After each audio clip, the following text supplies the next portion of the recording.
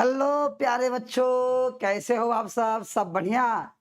स्वागत है आपका अपना प्यारा सा प्लेटफॉर्म साइंस संग्राम बाय अनुसर में। बच्चों, मैं रामचंद्र सिंह आप सभी को तहे दिल से स्वागत करता हूं। प्यारे बच्चों, आप सभी का बोर्ड के एग्जाम के लिए 2025 में जितने भी बच्चे एग्जाम देने वाले हैं बोर्ड का, उन लोगों के लिए आज के क्लास बहुत इंपॉर्टेंट है। और इसमें हम लोग मूविंग कॉइल गैल्वेनोमीटर के बारे में वो तमाम बातों को जानेंगे जो कि आपके बोर्ड के एग्जाम में पूछे जाते हैं। यहाँ से ऑब्जेक्टिव क्वेश्चन, सब्जेक्टिव क्वेश्चन, चाहे वो 2 मार्क्स के हो या 5 मार्क्स के हो या फिर 1 मार्क्स के हो, हर तरह का क्वेश्चन इससे बनते हैं प्यारे बच्चों। ठीक है, तो उम्मीद करते हैं बच्चों कि आप लोग एकदम बहुत ईमानदारी से अपना पढ़ाई कर रहे होंगे और इस विश्वास के साथ आप पढ़ रहे होंगे कि कुछ करना है आप, है ना, बहुत कुछ करना है। तो आइए बच्चों, इस सेशन को स्टार्ट करते हैं जिसका नाम है चल कुंडली गैल्वेनोमीटर। जी हाँ, चल कुंडली गैल्वेनोमीटर। जो ये एक ऐसा डिवाइस है, इस डिवाइस का अगर मैं बोलूं, यह एक ऐसा डिवाइस है बच्चों जो सिर्फ ये पता करता है कि सर्किट में विद्युत परिपथ में करंट का फ्लो हो रहा है कि नहीं। बहुत ही न्यूनतम धारा को मापता है। यह एक ऐसा युक्ति है, यह युक्ति ऐसा है बच्चों, यह एक ऐसा युक्ति है जो कि न्यूनतम धारा को मापता है बच्चों, न्यूनतम धारा को। ये न्यूनतम धारा यानी कि माइक्रो एम्पियर की धारा को भी माप सकता है बच्चों। यानी कि सिर्फ ये बताएगा कि परिपथ से धारा प्रवाह हो रहा है कि नहीं हो रहा है, इस बात को बता देगा। जैसे कि आप टेस्टर का नाम सुने होंगे बच्चों, तो टेस्टर का हम यूज क्या करते हैं कि बोर्ड में उसको लगाते हैं। अगर बोर्ड में करंट होगा तो उसमें बत्ती होता है, वो जलने लगता है, उससे पता चल जाता है कि नहीं यहाँ करंट है। वही काम इसका भी बच्चों। अगर सर्किट में थोड़ा सा भी, वायर में थोड़ा सा भी अगर करंट है, धारा है, तो ये बता देता है, डिफ्लेक्ट कर जाता है, विक्षेपित कर जाता है। इसमें एक सुई होता है, वो विक्षेपित कर जाता है, बता देता है कि हाँ करंट है कि नहीं है। और बच्चों और बताते हैं, और बच्चों देखो, ये मूविंग कॉइल गैल्वेनोमीटर जो होता है बच्चों, इसका प्रतिरोध अधिक होता है। एमसीजी का जो प्रतिरोध होता है बच्चों, वो अधिक होता है। आपको बता देता हूं, एमसीजी का जो प्रतिरोध होता है बच्चों अधिक होता है। इसलिए प्यारे बच्चों इसको श्रेणी क्रम में जोड़ा जाता है, इसलिए प्यारे बच्चों इसको श्रेणी क्रम में जोड़ा जाता है। तो कुछ लोग कहेंगे कि सर इसी का उपयोग हम लोगों को घर में क्यों नहीं उपयोग किया जाता है। इसी का उपयोग जो है सर हम लोग घर में कर देते कि तार से कितना धारा का प्रवाह होता है उसे पता चल जाता। नहीं बच्चों, हमारे घर में जो धारा का प्रवाह होता है वो ज्यादा होता है, जिसको ये माप नहीं सकता है। अगर उसको लगा दीजिएगा तो पूरा विक्षेपित हो जाएगा, पता रीडिंग नहीं दे पाएगा, पता ही नहीं चलेगा। बच्चों उसके लिए बहुत उपाय है। श्रेणी क्रम में जोड़ा तो जाता है, ये बात सही है, परंतु इसे ए मीटर के जैसा व्यवहार में नहीं लाया जा सकता। इसे ए मीटर के जैसा व्यवहार में नहीं लाया जा सकता, व्यवहार में नहीं लाया जा सकता बच्चों, नहीं लाया जा सकता। बात समझो बच्चों, नहीं लाया जा सकता। ठीक है सर, बहुत बढ़िया, चलिए इतना ही काफी है। परंतु इसके सहायता से आप ए मीटर बना सकते हो, इसके सहायता से आप वोल्ट मीटर बना सकते हो। जिस ए मीटर की सहायता से अपने घरों में विद्युत परिपथ में धारा जो प्रवाहित हो रहा है उसको मापते हो, आप इसके सहायता से बना सकते हो। सब हम सिखाएंगे कैसे बनाते हैं बच्चों। ठीक है, तो सबसे पहले बच्चों इसमें आइए कि इसकी बनावट कैसी होती है। सर इसका बनावट देखिए बच्चों, सबसे पहली बात बनावट, कंस्ट्रक्शन और इसका कार्य विधि। सबसे पहले बच्चों इसमें 2 चुंबक होता है, एकदम मजबूत चुंबक होता है। एकदम इस तरह से बच्चों दो मजबूत चुंबक होता है। उत्तरी ध्रुव हो गई बच्चों, दक्षिणी ध्रुव हो गई।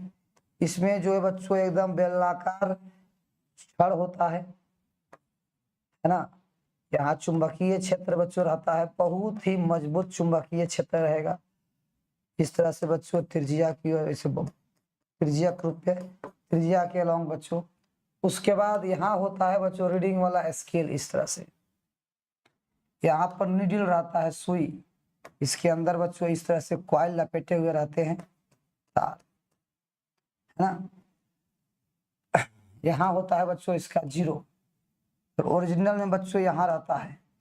जब ये विक्षेपित होता है तो इधर आता है फाई से, या फिर इधर आता है फाई से, विक्षेपित होने के बाद। इसकी बनावट में बच्चों क्या होता है, दो गो चुंबक लेते हैं जो कि बहुत स्ट्रॉन्ग चुंबक होता है, और उसका जो चुंबकीय क्षेत्र की दिशा बच्चों त्रिज्या के अलॉन्ग होता है, त्रिज्या के अनुदिश होता है।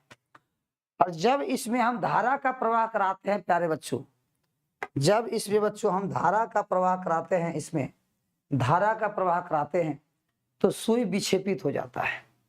विक्षेपित होता इसलिए है क्योंकि इसके अंदर लगता है बल आघूर्ण। धारा प्रवाह करने के बाद उसमें चुंबकीय क्षेत्र है, और जब किसी भी कॉइल में करंट फ्लो कर रहा होता है, धारा का प्रवाह हो रहा होता है बच्चों, और चुंबकीय क्षेत्र की उपस्थिति में उसके रखे होते हैं, तो उसमें लगता है बच्चों बल आघूर्ण। तो प्यारे बच्चों इसमें लग जाता है हम लोगों का क्या चीज, बल आघूर्ण। और ये जो बल आघूर्ण जो है प्यारे बच्चों, जितना ज्यादा बल आघूर्ण लगेगा उतना ही ज्यादा इसमें विक्षेपण होता है बच्चों, विक्षेपित होता है। ये सुई बच्चों उतना ही ज्यादा विक्षेपित होता है प्यारे बच्चों। यानी कि टाउ जो होगा बच्चों वो फाई के एकदम सीधा समानुपाती हो जाता है बच्चों। जितना ज्यादा बल आघूर्ण लगेगा, टॉर्क लगेगा इस सुई पर, करंट फ्लो कराएंगे तो टॉर्क लगवे करेगा, घूमेगा ही, है कि नहीं, उतना ही ज्यादा इसमें विक्षेपण होता है। अब विक्षेपण हमको ये बता देता है,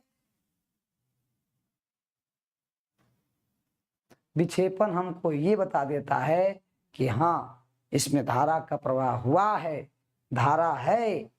मैं फिर से रिपीट करता हूं बच्चों, ये बहुत ही ज्यादा अमाउंट वाले धारा को ये नहीं माप सकता, परंतु इसके सहायता से आप उस डिवाइस को बना सकते हो जिस डिवाइस से आप अपने घरों में जो करंट का फ्लो करा रहे होते हो उसको आप माप सकते हो, उसको आप मेजर कर सकते हो बच्चों। तो इसमें जब धारा का प्रवाह होता है, धारा का प्रवाह होने के बाद जब करंट में परिपथ में जब धारा प्रवाह होने लगता है, कुंडली में जब धारा का प्रवाह होता है, पहले से यहाँ चुंबकीय क्षेत्र है, तो हम जानते हैं प्यारे बच्चों, और आप भी जानते हो कि जब कुंडली में धारा का प्रवाह कराया जाए और वो कुंडली चुंबकीय क्षेत्र की उपस्थिति में हो तो उस कुंडली पर लगता है बल आघूर्ण। बल आघूर्ण जितना ज्यादा लगेगा, ऐसे जुड़ा हुआ रहता है बच्चों ये सुई, वो विक्षेपित कर जाता है। तो टाउ इज इक्वल टू बच्चों हम लिखेंगे के फाई, और के जो होता है बच्चों यहाँ, है ना, आयतन नियतांक होता है बच्चों, आयतन नियतांक, आयतन नियतांक जिसको टोरोजन कांस्टेंट बोलते हैं बच्चों, टोरोजन कांस्टेंट। बच्चों तो टाउ इज इक्वल टू आ गया प्यारे बच्चों के फाई, यानी जितना ज्यादा बच्चों टॉर्क लगेगा उतना ही ज्यादा उसमें क्या होगा, विक्षेपण होगा।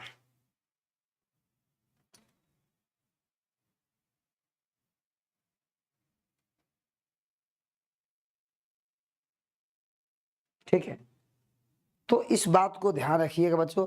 और टाउ का फॉर्मूला बच्चों देखो यहाँ, टाउ बराबर आ गया बच्चों के फाई, और टाउ का फॉर्मूला होता है N I A B. N I A B बराबर बच्चों होता है के फाई बच्चों, तो फाई बराबर आप लिख सकते हैं N I A B, N I A B by के।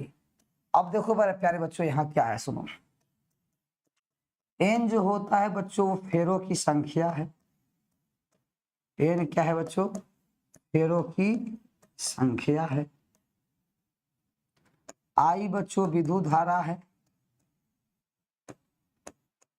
आई विद्युत धारा है। ए बच्चों कॉइल का क्षेत्र, कुंडली का क्षेत्रफल है, कुंडली का क्षेत्रफल है प्यारे बच्चों। बी यहाँ चुंबकीय क्षेत्र है प्यारे बच्चों,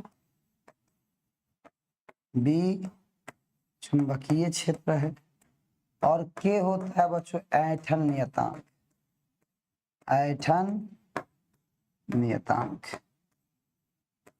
ठीक है, यस सर। और फाई को बोलते हैं बच्चों विक्षेपण, ठीक है, विक्षेपण। ये बच्चों विक्षेपित हो जाता है, डिफ्लेक्ट कर जाता है, डिफ्लेक्शन हो जाता है, ठीक है, यस सर। अब यहीं से देखो जो आई किधर करेंगे बच्चों, तो 5/I, इसको धारा संग्राहिता कहा जाता है, धारा संग्राहिता, धारा संग्राहिता बच्चों बराबर 5/I, तो 5/I इक्वल टू हो गया बच्चों NaBy। धारा संग्राहिता बच्चों फेरों की संख्या पर निर्भर करता है, धारा संग्राहिता फेरों की संख्या पर निर्भर करता है, बिल्कुल सर। तो अब आप देख सकते हैं बच्चों कि फाई जो है, फाई बराबर NaB/K इंटू आई है बच्चों, तो phi is directly proportional to I, यानी कि जितना ज्यादा बच्चों धारा का प्रवाह होगा उतना ज्यादा उसमें विक्षेपण मिलेगा आपको। यानी कि परिपथ में अगर धारा का प्रवाह आप करा रहे हैं और उसमें लगा दिए हैं आप गैल्वेनोमीटर, तो उसमें विक्षेपण मिलेगा। धारा का मान बढ़ाइएगा विक्षेपण बढ़ेगा, धारा का मान घटाइएगा विक्षेपण घटेगा। और एक और बात, इसमें जो सुई की दिशा आप देख रहे हैं, अगर कोई धारा का प्रवाह नहीं होगा तो ऐसे रहता है एकदम सीधा, और जब धारा का प्रवाह कराइएगा तो हो सकता है इधर विक्षेपित करे, या फिर अगर धारा का दिशा बदल दीजिएगा तो हो सकता है इधर विक्षेपित करे, इधर भी हो सकता है इधर भी हो सकता है। अपना विक्षेपण दिशा चेंज करता है जब धारा का दिशा प्रभावित होता है, तो धारा का दिशा जब बदलता है तो अपना विक्षेपण करने की दिशा भी बच्चों बदल लेता है, ठीक है, ये ध्यान रखिएगा। विक्षेपण करने की दिशा बच्चों क्या कर लेता है, ये बदल लेता है, ठीक है, ओके बच्चों, बहुत बढ़िया। अब देखो इसी के सहायता से प्यारे बच्चों, प्यारे बच्चों इसी के सहायता से सुनना, इसी के सहायता से हम लोग MCG बोलते हैं इसको, मूविंग कॉइल गैल्वेनोमीटर। इसी के सहायता से बच्चों दो डिवाइस हम लोग बनाते हैं, एक बनाते हैं बच्चों ए मीटर, ए मीटर बनता है बच्चों इसी के सहायता से, और एक बनता है बच्चों वोल्ट मीटर, वोल्ट मीटर बनता है बच्चों इसी के सहायता से। ए मीटर और वोल्ट मीटर कैसे बनता है वो देखना बच्चों ध्यान से। जब गैल्वेनोमीटर के साथ हम बच्चों पैरेलल में एक प्रतिरोध जोड़ देते हैं जिसको शंट बोलते हैं बच्चों, तो ए मीटर बन जाता है प्यारे बच्चों, बनता है ए मीटर।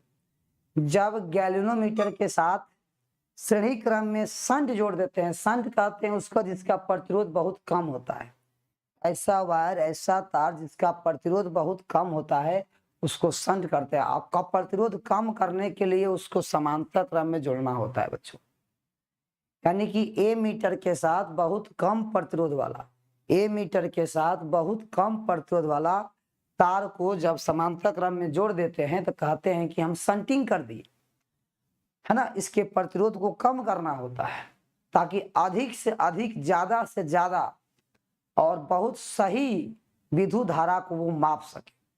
इसी का उल्टा बच्चों यहाँ होता है। वोल्ट मीटर बनाने के लिए बच्चों इसी गैल्वेनोमीटर में हम श्रेणी क्रम में बच्चों एक आर प्रतिरोध का चालक हम जोड़ देते हैं जिसका प्रतिरोध ज्यादा होता है। तो वोल्ट मीटर बनाने के लिए प्रतिरोध का मान बढ़ाना पड़ता है, ए मीटर बढ़ाने के लिए प्रतिरोध का मान घटाना पड़ता है। अर्थात ए मीटर का प्रतिरोध MCG से कम होता है। देखो बच्चों MCG से प्रतिरोध कम होता है किसका, ए मीटर का, MCG से ज्यादा होता है बच्चों किसका, वोल्ट मीटर का, याद रखिएगा। तो MCG से कम प्रतिरोध होता है ए मीटर का और MCG से ज्यादा प्रतिरोध होता है बच्चों वोल्ट मीटर का। तो वोल्ट मीटर का प्रतिरोध जितना ज्यादा होगा, वोल्ट मीटर का प्रतिरोध बच्चों जितना ज्यादा होगा उतना ही अच्छा वोल्ट मीटर बनेगा, उतना ही अच्छा वोल्ट। इसलिए कहा जाता है कि आदर्श वोल्ट मीटर के लिए वोल्ट मीटर का प्रतिरोध अनंत होना चाहिए। आदर्श वोल्टमीटर के लिए वोल्टमीटर का प्रतिरोध अनंत होना चाहिए और आदर्श ए मीटर के लिए ए मीटर का प्रतिरोध न्यूनतम होना चाहिए, 0 होना चाहिए, 0 होना चाहिए, जो कि पॉसिबल नहीं है प्रैक्टिकली बच्चों पॉसिबल नहीं है ना, परंतु ये होना तो चाहिए, है ना बच्चों, ध्यान रखिएगा। फिर मैं रिपीट करता हूं कि एमसीजी से मूविंग क्वाइल गैल्वेनोमीटर से दोनों डिवाइस हम बना सकते हैं, ए मीटर भी बना सकते हैं, वोल्ट मीटर भी बना सकते हैं। ए मीटर बनाने के लिए प्रतिरोध घटाना पड़ता है, घटाने के लिए उसको शंटिंग करते हैं। वोल्ट मीटर बनाने के लिए प्रतिरोध बढ़ाना पड़ता है, बढ़ाने के लिए उसको श्रेणी क्रम में जोड़ते हैं। ठीक है बच्चों, यस सर, बहुत बढ़िया बच्चों, आ जाओ। अब देखो बच्चों आपके सामने एक क्वेश्चन आ गया, देखो एक तार की एक वृत्ताकार कुंडली में 100 फेरे हैं, प्रत्येक की त्रिज्या 8 सेंटीमीटर है और उनमें 0.40 एम्पियर धारा के प्रवाहित हो रही है। कुंडली के केंद्र पर चुंबकीय क्षेत्र का परिमाण क्या होगा? प्यारे बच्चों यही क्वेश्चन है, तो ध्यान दो कि ऐसे ऐसे बच्चों फेरा है, बहुत फेरा है, फेरों की संख्या बहुत ज्यादा है बच्चों यहाँ पे, यानी कि n का वैल्यू बच्चों 100 फेरा है। इसका केंद्र है बच्चों, इसका त्रिज्या हमको दिया हुआ है, धारा भी दिया हुआ है, तो धारा का मान बच्चों हो गया 0.40 एम्पियर। n का मान प्यारे बच्चों हो गया कितना बच्चों 100, और त्रिज्या यानी कि r का मान हमको दिया हुआ है 8 सेंटीमीटर। तो प्यारे बच्चों 8 सेंटीमीटर को आप मीटर में बदलोगे तो 8/100 मीटर हो जाएगा, यानी कि 4/50 मीटर हो जाएगा, यानी कि 2/25 मीटर हो जाएगा बच्चों। अब केंद्र पर निकालना बच्चों चुंबकीय क्षेत्र, तो केंद्र का फॉर्मूला होता है μ0 μ0 का वैल्यू होता है 4 पाई इंटू 10⁻⁻7। n का वैल्यू बच्चों 100 हो जाएगा, i का वैल्यू बच्चों 0.4 हो जाएगा और डिवाइडेड बाय 2 इंटू आर का मान बच्चों 2/25 हो जाएगा। अब बच्चों इसी को हम लोग हल कर देंगे, जो आएगा वही आंसर हो जाएगा टेस्ला में। बोलो बच्चों क्या कहते हो, क्लियर है क्या? एक बार आप भी बना के देख लो बच्चों, कैलकुलेशन करके देख लो कितना आ रहा है आंसर इसका। क्वेश्चंस को पढ़ो एक बार, क्वेश्चंस को पढ़ो बच्चों। तार की एक वृत्ताकार कुंडली में 100 फेरे हैं, 100 फेरे तो हो गए, तो नंबर फेरों की संख्या यानी कि n का वैल्यू 100 आ गया बच्चों। प्रत्येक त्रिज्या बच्चों 8 सेंटीमीटर है, ठीक है, त्रिज्या इसका 8 सेंटीमीटर होगी, तो 8 में 100 से भागा देंगे बच्चों तो मीटर में आ जाएगा। सही बात है। इनमें 0.40 एम्पियर विद्युत धारा प्रवाहित हो रही है, विद्युत धारा यानी कि आई का प्रवाह हो रहा है बच्चों 0.40 एम्पियर। कुंडली के केंद्र पर चुंबकीय क्षेत्र का मान, यानी चुंबकीय क्षेत्र यानी कि बी का मान क्या होगा बच्चों? तो चुंबकीय वृत्ताकार कुंडली में चुंबकीय क्षेत्र जो है केंद्र पर होता है μ0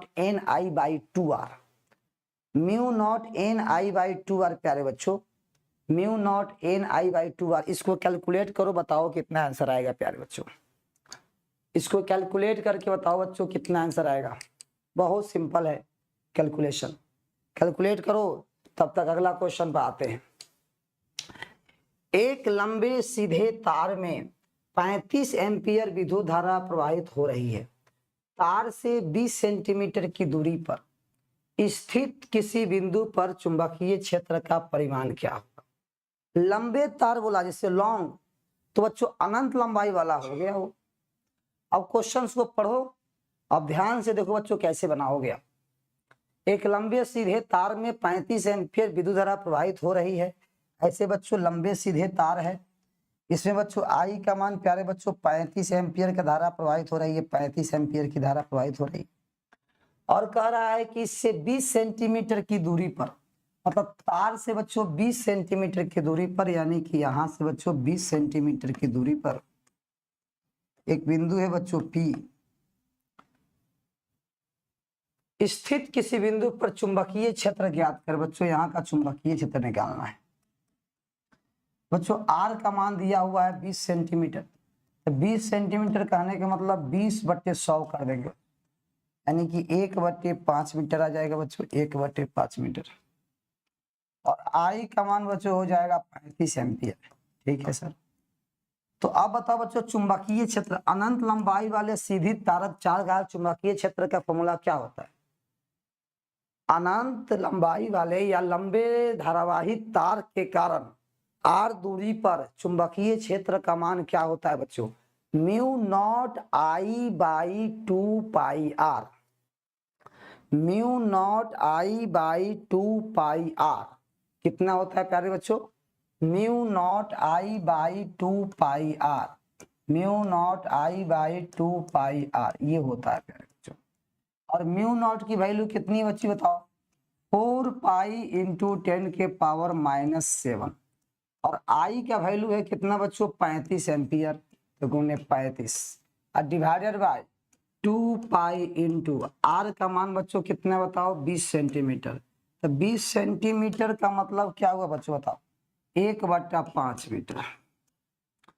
बताओ 5 चल जाएगा ऊपर बच्चों, तो 4 पाई इंटू 10 के power -7 into 35 into 5 divided by 2 पाई। 2 पाई से 4 पाई बच्चों 2 से कट जाएगा, तो 35 दूना 70, 70 गुने 5 गुने 10 के पावर -7, 7 पचे 35, 350 गुने 10 के power -7। So you can write बच्चों 3.50 इंटू 10 के power -5 Tesla. It is the right answer बच्चों। देखो प्यारे बच्चों, क्लियर है क्या?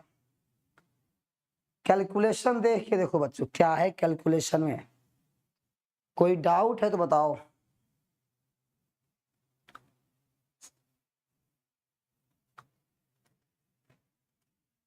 कोई डाउट है बच्चों यहाँ कैलकुलेशन में है तो बताओ।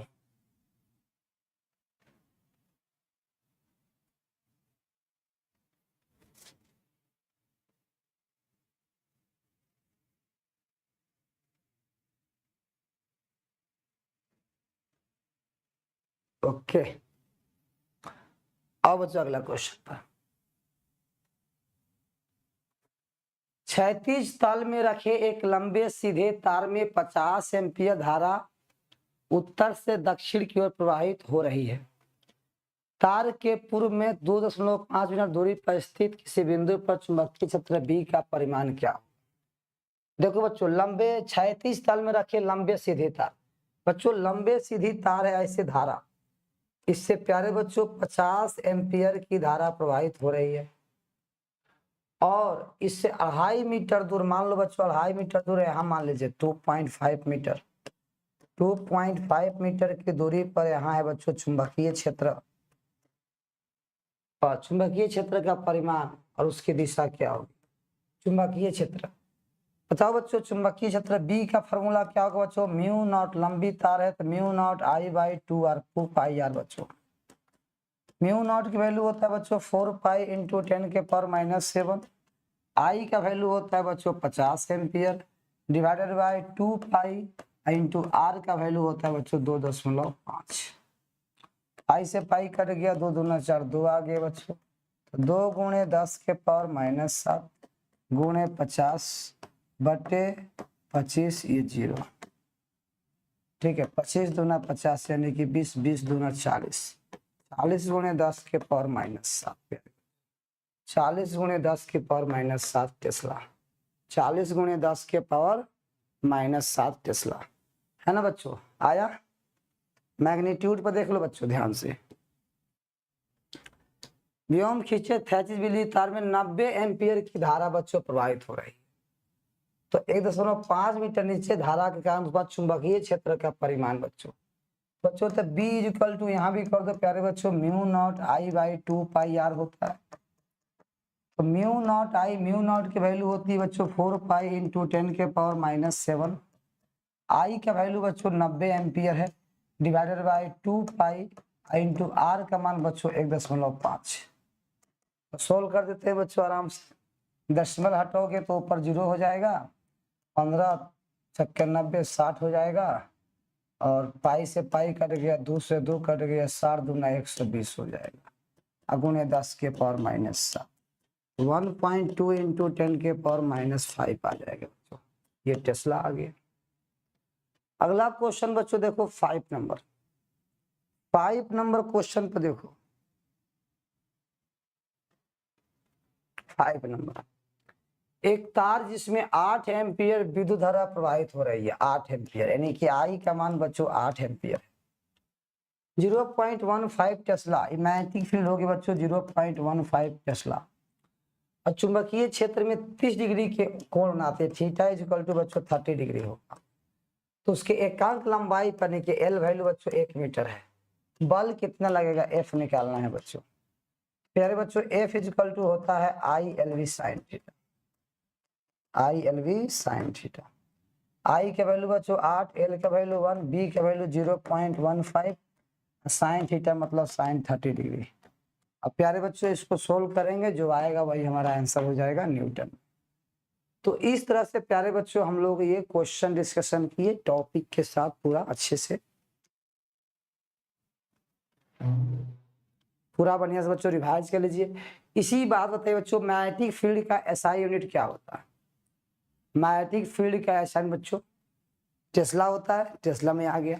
और मैग्नेटिक फील्ड का डायमेंशन फॉर्मूला बच्चों mt-2 a-1। मैग्नेटिक फील्ड का बहुत सारा फॉर्मूला है, देखो मैग्नेटिक फील्ड का फॉर्मूला लॉन्ग के लिए μ0I/2πr, और सर्कुलर रिंग के लिए सेंटर पर μ0NI/2r।